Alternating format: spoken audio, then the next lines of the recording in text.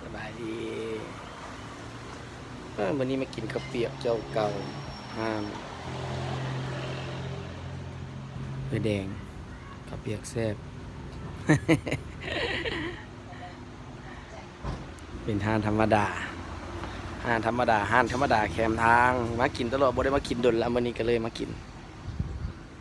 เนาะนี่บ่ได้ค่อยมักแบบห้านธรรมดาผู้ปานใดมากินแบบนี้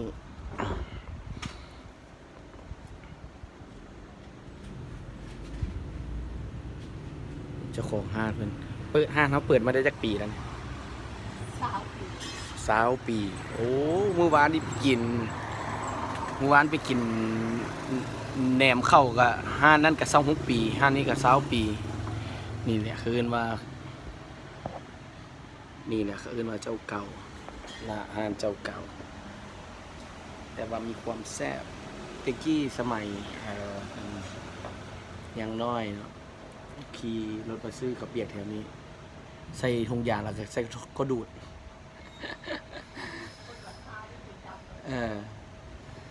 ตะกี้กินข้าวเปียกใส่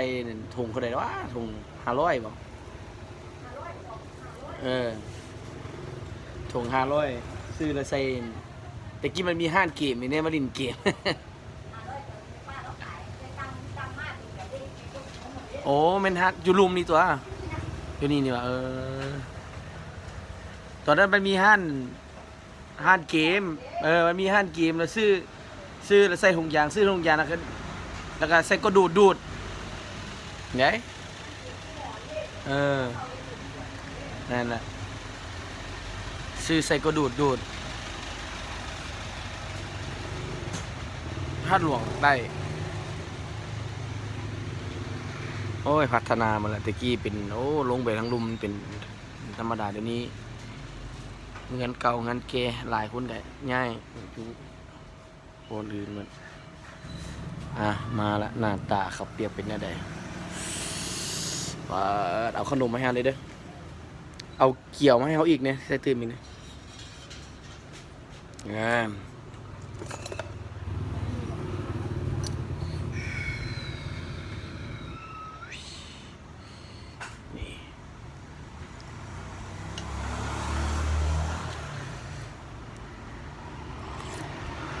แต่ว่ามักเพชรนี่อยู่นี่สุดยอดเด้อ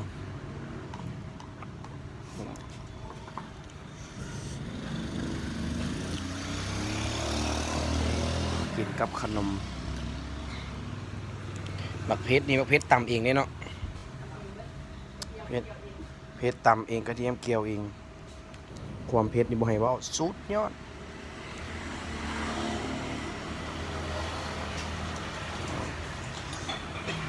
น้ำตาล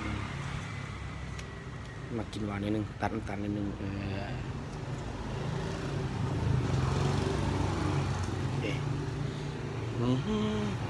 พริกไทยนิดนึงอันนี้เป็นหน้าตาเขาเปียกแบบดั้งดื่มแบบเจ้าเก่านะโบดีมีเอียงโบต้องมีเอียงหลายมันโบมีเอียงหลายเก่งๆก็มีเลือดเนาะลูกซีนแล้วก็ซีนหมูคือเห็ดเป็นบ่ต้องให้เป็นฝักเป็นตอนเนาะแบบซอยคล้ายคือซีนไก่ซอยน้อยๆหน้าตาเจ้าเก่ามันจะเป็นแบบสิแบบย้อนอดีตได้นะแบบย้อนอดีตได้เลย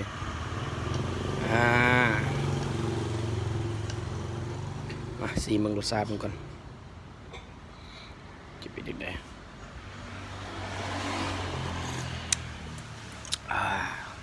ขาดสุดต้องได้หักขนมใส่ได้ป่ะเนี่ยเดี๋ยวหักขนมใส่กันเป็นหนึ่งจะใส่สองมือ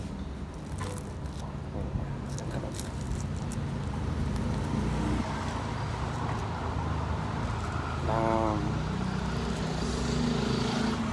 ำ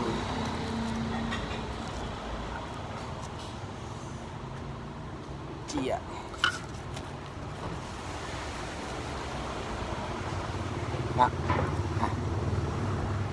ขนมใส่แล้วเป็นแบบใดนี่ มาเด้ออย่าลืมกันแล้วกันนะผู้ใดที่ว่าเบิ่งแล้วอย่าลืมกดติดตามกด Subscribe ให้เด้อนะครับเป็นช่อง YouTube ช่องใหม่ของหนุ่มกีน้อยก็คือจะเป็นช่องกีน้อยลาวสตาร์มิวสิกแบนด์ก็คือเป็นในนามวงดนตรีหนุ่มกีน้อยสินะในนามเป็นวงดนตรีหนุ่มกีน้อยว่าทันซะเนาะแต่ประกาศสิลงเกี่ยวกับเรื่องการไปการมาการกินการดำรงชีวิตของตัวเองนี่ไปที่ไหนยังไงเดี๋ยวอ่ะมาเบิ่งมาซีมึงใส่ขนมจะเป็นยังไงแซ่บป่ะ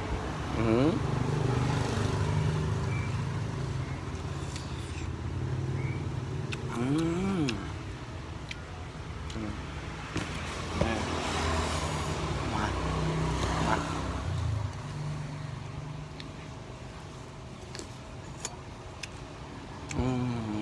ครับนี่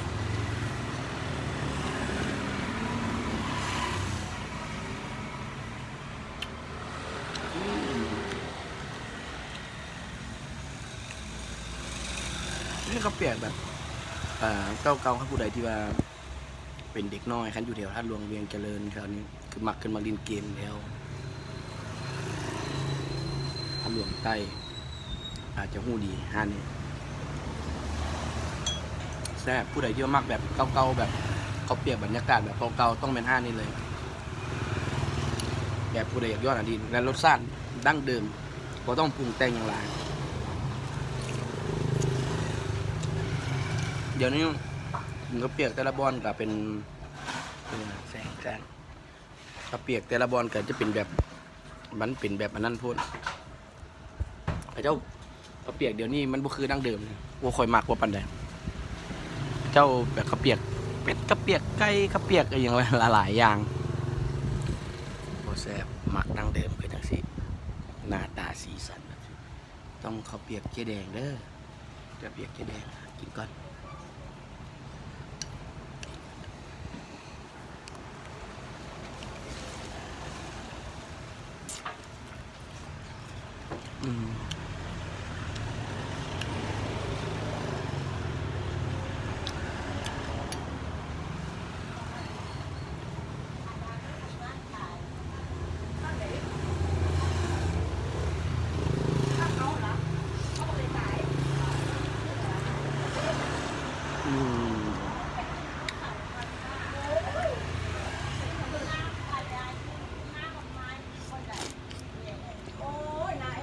ด้วยหนึ่งบ่แพงน้องด้วยหนึ่ง10,000 กีบ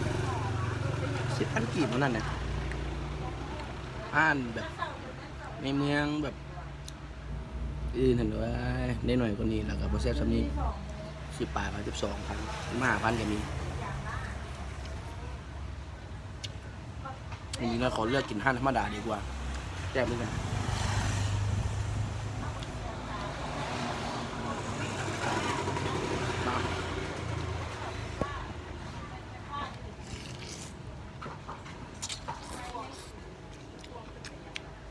อย่าลืมกดติดตามกดซับสไครต์เด้อเบอร์แล้วกดติดตามกดซับสไครต์แนวมึงกินน้อยแต่จะมีเรื่องว่าจะเป็นแบบจะมีหลายคลิปนี่ใช่เบิ้งในบ้านนอกพอกคาเมแน่คลิปวงดนตรีแน่หรือเสียเป็นอย่างแน่คลิปกินแน่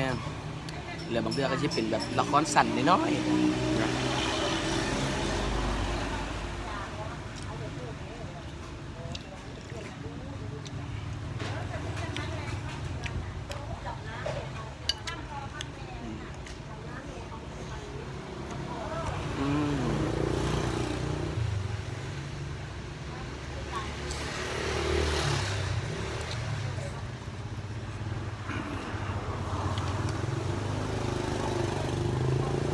ใส่หน่อยในบักเพชรในบักเพชรผู้ใดมักเพชรอะไรมันต้องเป็นห้านี้ครับมักเพชรเพื่อที่เราเองจัดจ้านได้ใจ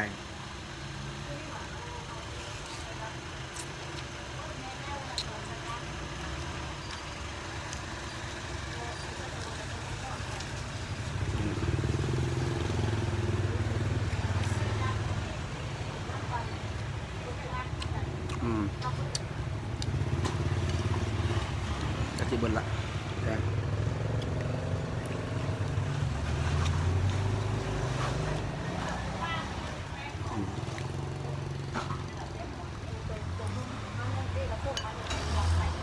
อืม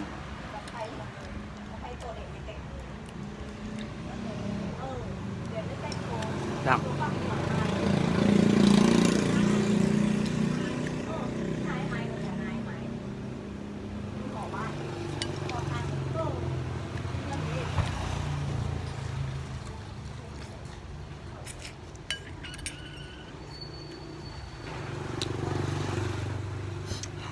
มันต้องมีน้อยเลยครับอ่ะไปยังคลิปนี้เอาไว้สำนี้นะอย่าลืมกันแล้วกันเบื้องแล้วกดติดตามกดซับสไครต์ให้เด้อแป๊บซี่เขาเนี่ยกันอย่าลืมกดติดตามกดซับสไครต์ให้เด้อเบื้องแล้วจะมีหลายๆคลิปออกมาให้ลูกค้าได้เบื้องได้ชมกันนะเพราะว่าจะเป็นพี่น้องอยู่ทางเมืองลาวพี่น้องอยู่ทางประเทศไทยและพี่น้องอยู่ทั้งต่างประเทศครับคลิปนี้เอาเปรียบเจ้าเก่าอ่านเจ๊แดงนี่บรรยากาศเบื้องแต่สังกะสีด้วยเปรียบเจ้าเก่าอ่านเจ๊แดงเกี่ยงตับกับใจ